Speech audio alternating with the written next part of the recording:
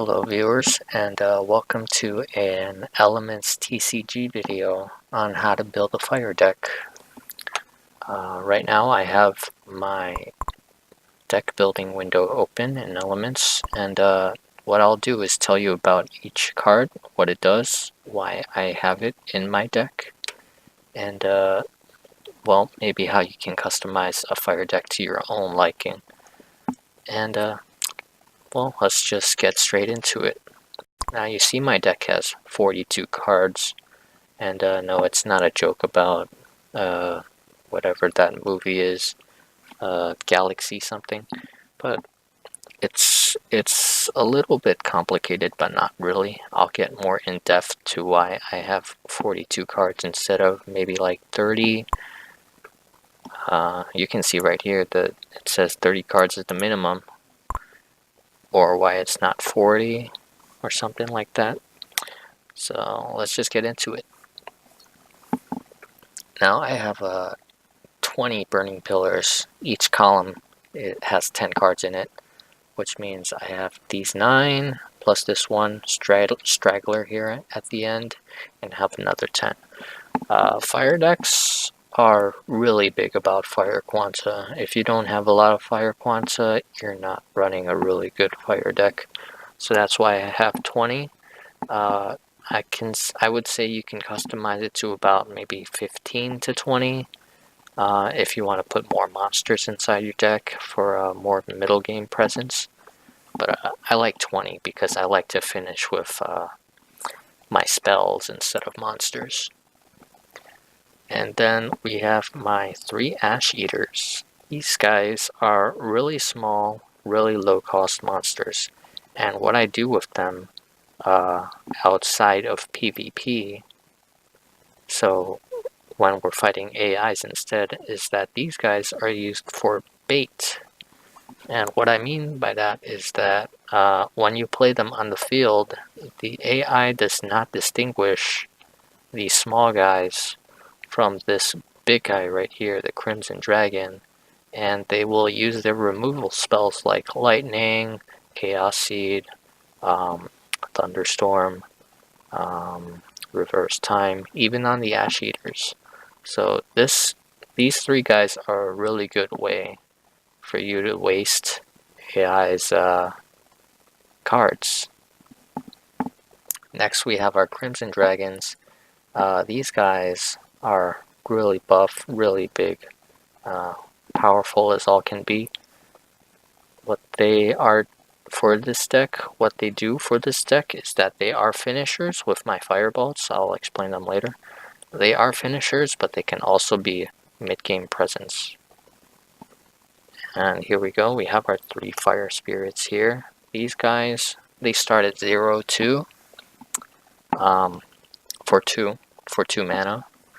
They are really good at mid-game presence as well, like the Crimson Dragons, even better than the Crimson Dragons though, because they are not as high cost, and you can ramp them up. Their attack goes higher and higher the more you tap them.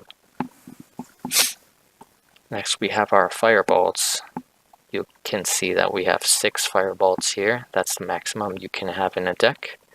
And this explains why I have 42 cards in my deck. So for 6 firebolts, we have 42 cards. That means every 1 in 7 cards that I draw is going to be a firebolt. And if you convert that into odds, it's a 6-to-1 odds ratio of drawing firebolt per turn.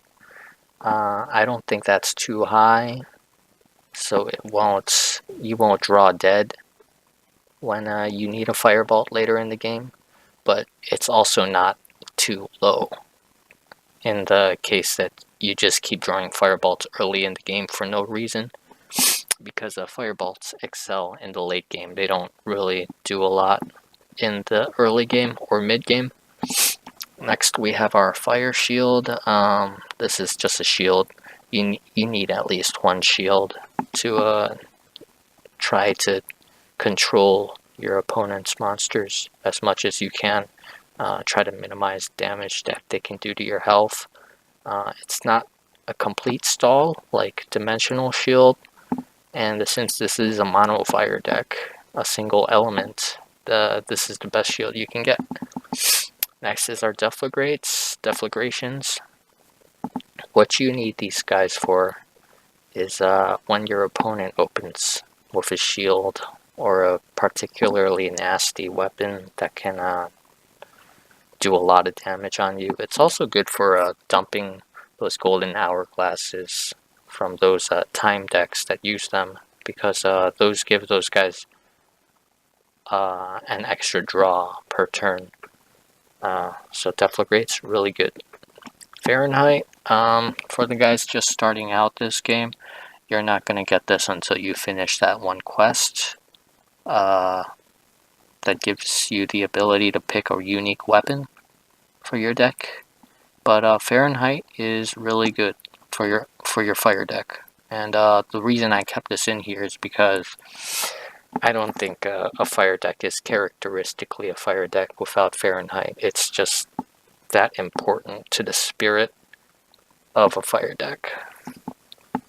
You can see its effect there. It deals 4 plus X damage at the end of every turn. X is the number of fire quanta you own divided by 5. And since the max amount of quanta you can have in this game is 75, that means you can do 15 plus 4 damage, which is 19 damage per turn with Fahrenheit. And that's good, because we have a lot of burning pillars here, as you can see. Then we have a rain of fires, 2 of them in this case. They're just really good AoE removal for low health monsters, trash mobs, as you would say in like an MMORPG. Lastly, we have our Rage Potion. Now, this is a single target removal spell for one of those big guys, like maybe you would say an Abomination, which is a 5/5, or let's say maybe we can find one here. Yeah, like a Graviton Mercenary, which is a 3/5. It's also good for like Crimson Dragons, although I would most likely Rain of Fire at Crimson Dragon if I'm facing another fire deck.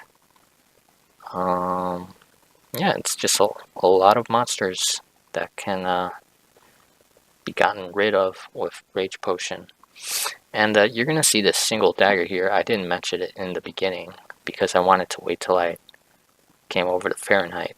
But this dagger here is much like the Ash Eater. It's a sort of bait, so that the opponents can maybe steal it or destroy it instead of my Fahrenheit, since Fahrenheit is so essential to a fire deck. That's why I have that here.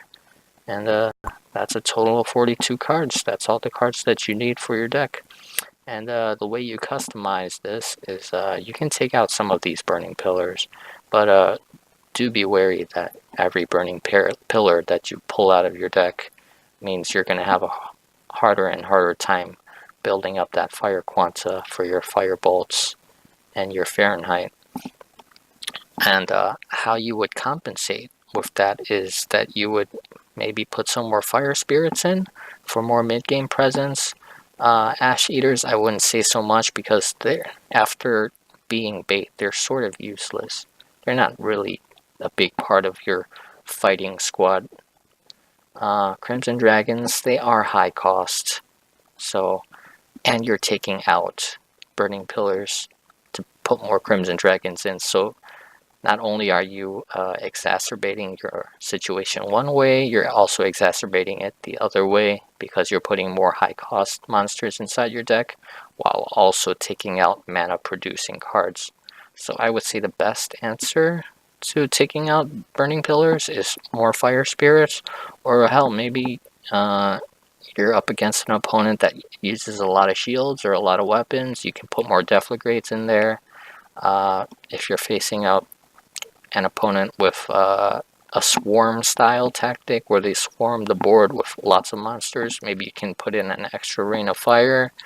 Or if you're against an opponent that has a lot of high health monsters that also hit high, you can put in a couple more rage potions, and it just depends on how you want to play. But for this is personally my favorite way to play this deck.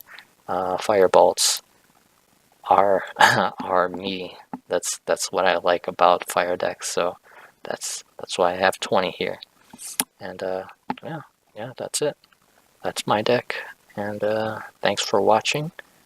I'll see you guys a little bit with some demonstrations about how I play my fire deck specifically. But I do have a surprise here.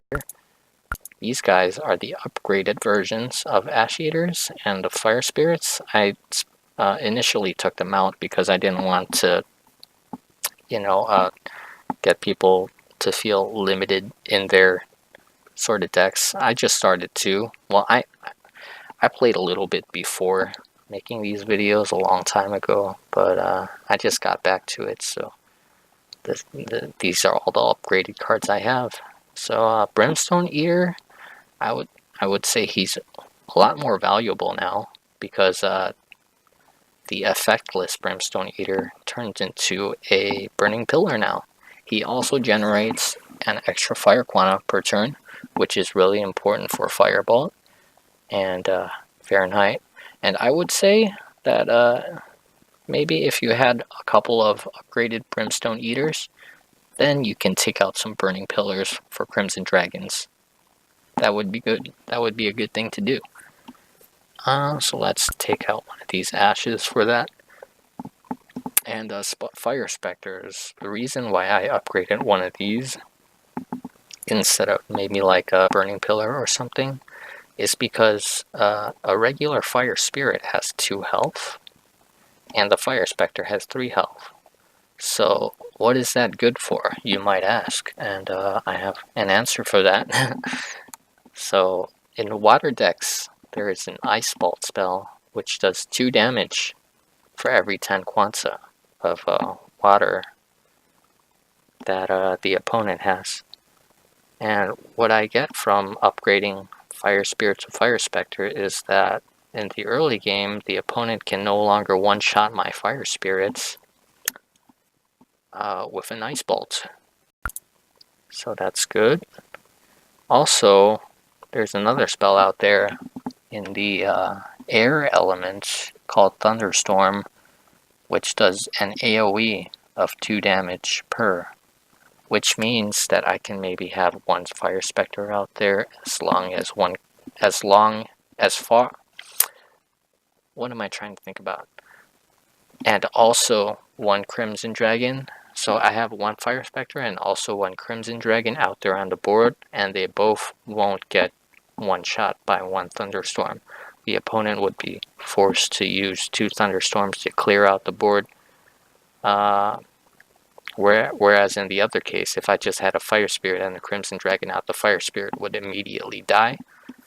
And yeah, that's why I upgraded these 2 cards first. Brimstone Eater, because I do want to upgrade these 2 Ash Eaters also into Brimstone Eaters, just so they can, help me get my Firebolts out quicker, and also my Fahrenheit can do a bit more damage. Fire Specters, I'm hoping to upgrade all of these too. And then after that, I think I might upgrade my Firebolts to be less mana per cast. But that's not really relevant to part of why I made this video, so I'm just going to leave that for a later time to talk about. Thanks for watching. See you.